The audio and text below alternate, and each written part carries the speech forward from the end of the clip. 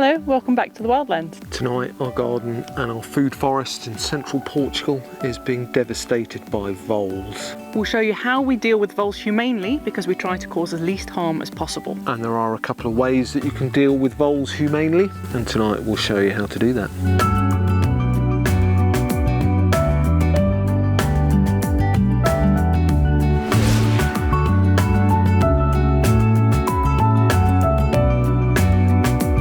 I was going to show you how well my courgettes have been doing. I've been so proud. I had 3 plants here originally. One of them got eaten by a vole almost about a week after I'd planted it. But the next 2 have been doing really well. I've got a Denisa, which is a little round courgette, and just a zucchini, which gives you plain standard green courgettes like you'd find in the supermarket. And when I got here, I realized he was a bit wilty. And then I thought, has he been eaten? And it turns out, yes, he has. There's no sight sadder than this, I don't think. Look at that. He's got 1, 2, 3, 4, 5 healthy courgettes, a whole bunch of babies, and he's got not a single root left on him, so it's absolutely useless. Of course, we can pick off the courgettes and eat them, and then just compost the rest. It's so sad.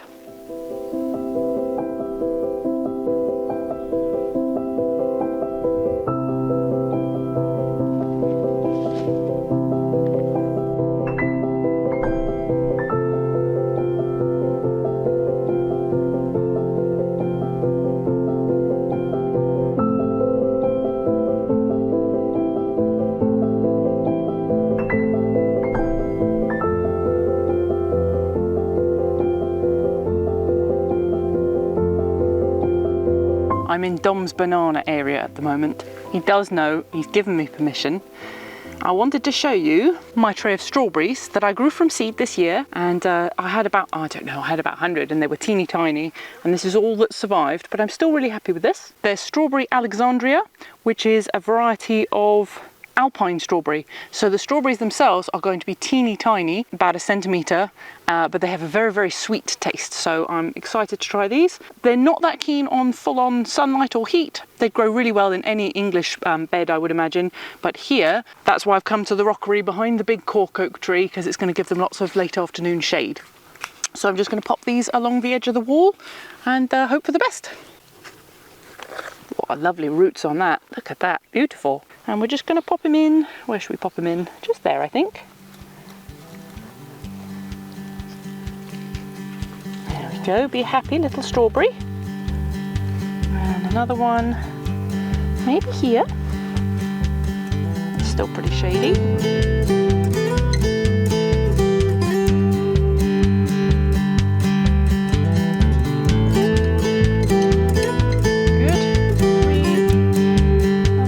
And that's probably as far as I can go. Oh, that's a nice big one. Lots of happy little leaves on that.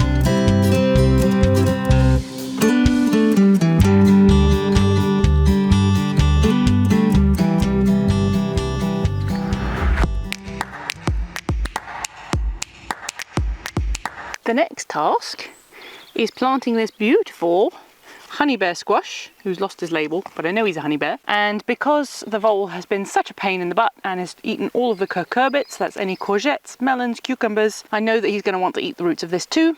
So we have ordered these. We got these online, and they are basically a metal mesh bag, like a chainmail for my plant's roots. And that'll sort the little thing out, because he'll be going tunnel, tunnel, tunnel, and then he can't tunnel and he can't nibble through, and then hopefully my plant will live and give us lots of squash. So he's going just here, next to the tomatoes, not quite under the shade. He'll get a bit of shade from the afternoon tree. So we just want to dig him a little spot right here. Has to be quite a big spot because his pot's quite large. And we have to fit the bag in, of course. Lovely, soft, moist earth all the way down. It's beautiful. Very lucky having all the rain lately. Right. So would that be all right for the pot? Yes. I'm going to give it a fold and a squish. There we go. Bit of earth in the bottom there. Right. And a little bit pot bound. He should have gone out before now, but I've been waiting for these mesh bags to arrive. There we go. Oh dear. Look at that. Healthy roots though. And then that's going to go in the bag. Oh, this is tricky. Fold it down a little bit. I'm going to leave it sticking up out of the soil so that I know which plants are in mesh bags for a start, because we'll need to retrieve them at the end of the season, and also so I don't have to dig such a big hole. And then I'm just carefully putting the soil back in between the root ball and the mesh bag, give him as much room for his roots as possible. And some of his roots will grow through the mesh bag, and that's okay. Even if the vole comes along and nibbles most of them off, the main plant itself won't die. He'll just have to keep putting out new roots. Looking pretty good. You happy there, Mr. Honey Bear? I've never ever grown a honey bear squash before, so I'm excited. There, lovely. So the only thing I need to do now is just attach a little dripper from the big pipe over there so that he got his own dripping of water, and then see how lovely and big he gets. Haha, foiled voles.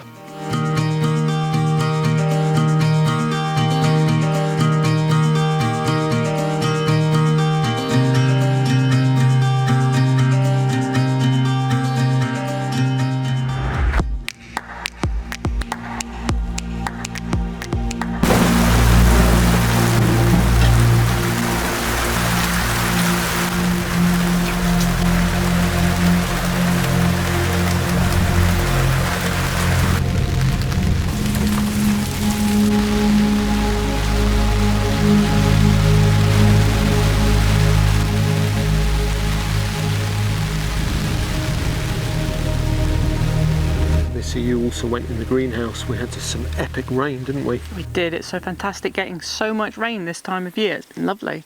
Completely different to last year, when many of you will remember that we ran out of water. So with all our water preparation, getting some rain is great. It filled up our 4 IBCs that collect water naturally from the rain, and our well is full and our reservoir is full, and you got loads of seeds planted. I did. While it was raining. Yeah, lovely to have the polytunnel as well to give me a bit of shelter. Absolutely. So now I'm going to go over to the banana circle and I'm going to show you another vole deterrent. So I'm back in the banana circle, and you remember a couple of weeks ago when I was giving you an update on the banana circle, behind me here I had a glorious carna that was big and had very lovely pink flowers, and you'll now see no carna is remaining, and that's because Mr. Vole went under the ground here. He took half this bamboo out, he took out most of Mrs. Mugworts, and he took out 2 whole carna plants and had a go on the 3rd one. So what we've been doing, along with the combination of using the armour plated bags that Missy told us about earlier, is this is German because I got it off a German supplier, but they do supply it in England, so I'll give you the name and details in the description of the video. But it is this stuff, and basically this is a granule which comes in a foil bag. I'll give you a show what it's like. So it's a granule like that.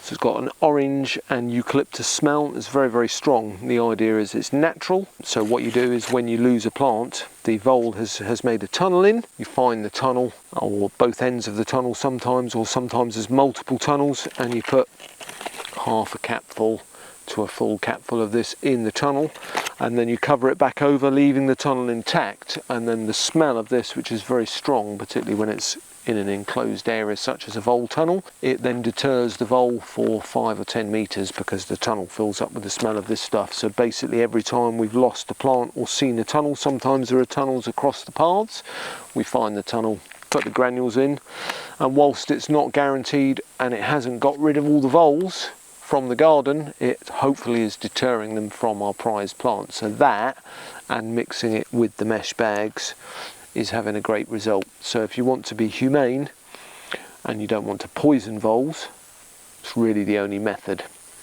Obviously next step up is having a dedicated cat in your garden that may kill them, but voles don't often come above ground. They're normally 4 or 5 inches underground in their little tunnels. They eat your roots and then they move on. They make a network of tunnels and they just keep travelling around and don't come out that often. So for a cat to catch them, it's a lot harder. Also, unlike other rodents that can be irritating in gardens, different in different countries, the type of rodents you might get, but many of them can be put off by ultrasonic, high-pitched little gadgets that you can put in the ground, and they let off a very high-pitched noise, which then deters all kinds of animals from foxes, cats and moles. But voles apparently don't care about how high-pitched sounds, so we tried that first, made no difference at all, so we got rid of that. So let's get some of this in the ground. You can see how it works.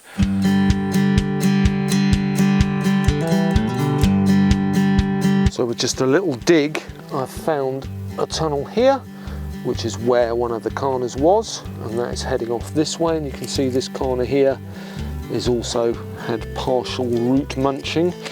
So you just get your granules, very straightforward, and then you get a scoop and you pop it where the tunnel is, pop it in the tunnel, and then you just cover that over.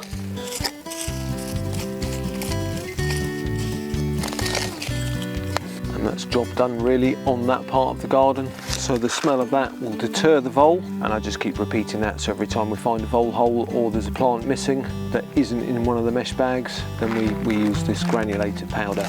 Seems to be working, and so far the voles have not entered into the banana circle itself, so I'm very pleased about that. And I am wondering, in the banana circle, as you know, I do put a great amount of urine in the circle and around the circle. So let's hope that a combination of my highly potent whittle, this powder and the mesh bags, that we can deter the voles from eating everything that we want to grow here on the wildlands. So if you've got a vole problem or a rodent problem, there are always humane solutions. So hopefully you can solve your own problems, be it slugs and snails, rodents, voles, moles and so on. So voles in your garden is not much fun, is it?